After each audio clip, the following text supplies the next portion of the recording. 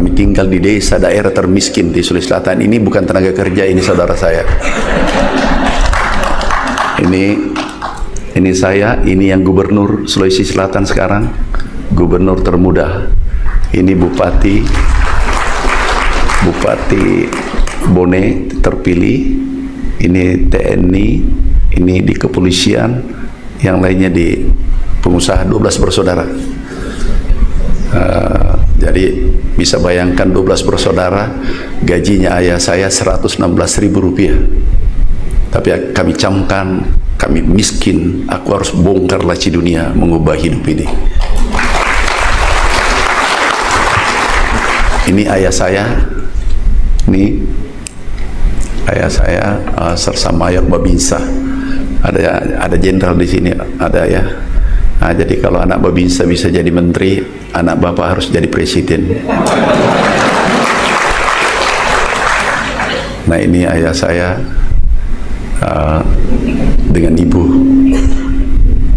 Yang saya pegang hanya satu, beberapa pesan beliau. Jangan pernah memakan bukan hakmu. Itulah pesan ke-12 anaknya.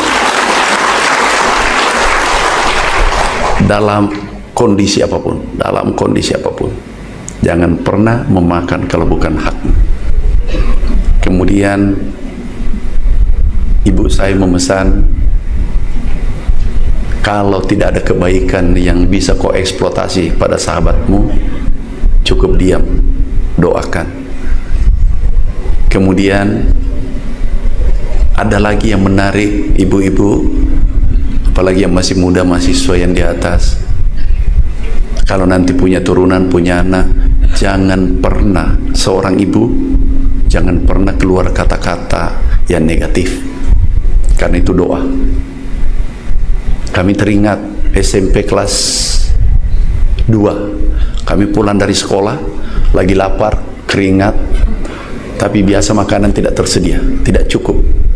Jadi kami cari jambu, cari ubi di hutan. Tiba-tiba ibu saya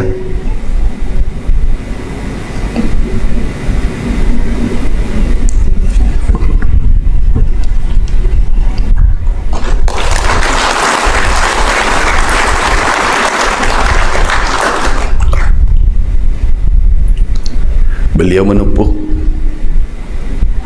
nah, kamu nanti jadi orang, kamu nanti akan merubah nasib kita. Dan beliau tidak pernah memarahi kami sampai beliau ajal menjemputnya. Di saat sakit, saya berdoa, kami tidak punya uang. Kami berdoa, ya Allah beri aku rezeki. Kami ingin mengobati ibu saya. Waktu itu kami merantau cari uang karena ibu saya jatuh sakit, tapi kami tidak mampu mengobatinya. Kami ke Sulawesi Tenggara, kami dapat uang pertama 90 juta. Itu pertama kami dapat uang. Kami harian, kami honor, dan kami yakin itu uang halal. Kami bawa pulang, kami beritahu istri saya, Bu, maafkan saya, aku belum bisa beli apa-apa, karena uang ini saya ingin memberikan kepada ibu saya untuk mengobati karena beliau sakit. Kami bawa ke rumah sakit di Makassar, Siloam, Akademis, 1 bulan nggak bisa sembuh. Kami terbangkan ke Jakarta, nggak bisa sembuh. Kemudian kami terhenti lagi mengobati karena tidak punya uang. Kami berdoa, kami dapat uang 1 miliar. Itulah pertama kami dapat uang 1,7 miliar. Padahal tabungan kami hanya 1 juta. Begitu kami dapat, kami minta izin lagi sama istri saya. Bu, ini aku dapat uang, tapi jangan diganggu karena minta tolong, saya mau terbangkan orang tua ke luar negeri, kemanapun di seluruh dunia, yang penting uang ini cukup. Kami terbang ke Singapura, padahal kami belum tahu luar negeri. Ketemu profesor dari India, diobati, diperiksa otaknya hitam karena terlambat, ini terlambat. umurnya paling tinggi 10 tahun. Gak bisa lebih dari 10 tahun lagi umurnya. Tapi ini harus diobati terus menerus. Alhamdulillah umurnya bertambah 14 tahun. Kemudian kami bawa pulang, bolak-balik Singapura selama 14 tahun, dan kami jaga. Kami beritahu istri saya, keluarga saya, jangan sakiti ibu saya. Kalau mau menyakiti harus kamu marah, kamu harus marah pada saya. Itulah dahsyatnya seorang ibu. Ibu kalau mau lihat Allah tersenyum, buatlah ibu tersenyum.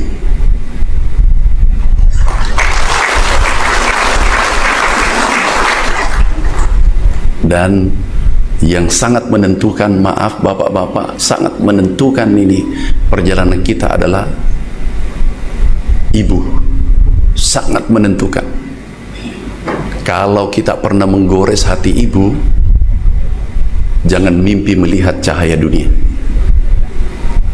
Apapun bapak ibu, saya tidak mungkin berdiri di sini.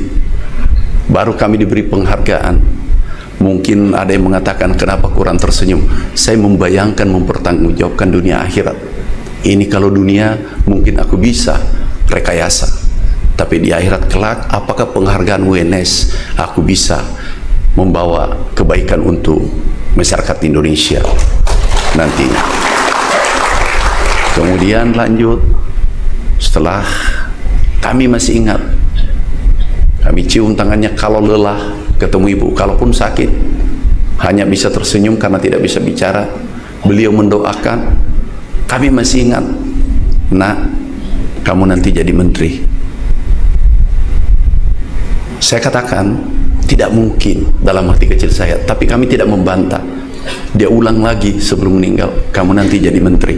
Saya bilang tidak mungkin, kami bukan di partai politik, kami bukan siapa-siapa, kami tahu diri. Pak JK maaf, beliau tokoh Sulsel, tidak kenal kami, gubernur tidak kenal kami, wali kota nggak kenal kami.